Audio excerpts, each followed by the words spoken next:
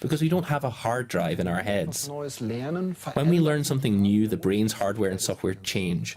That means functionally the nerve cells' interconnections change, but the brain also changes structurally, and so we all perceive the world very differently.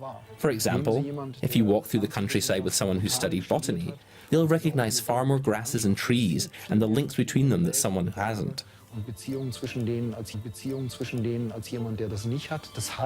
So the decisive argument for why we still need to know a lot is that when we do, we perceive the world in far greater nuances.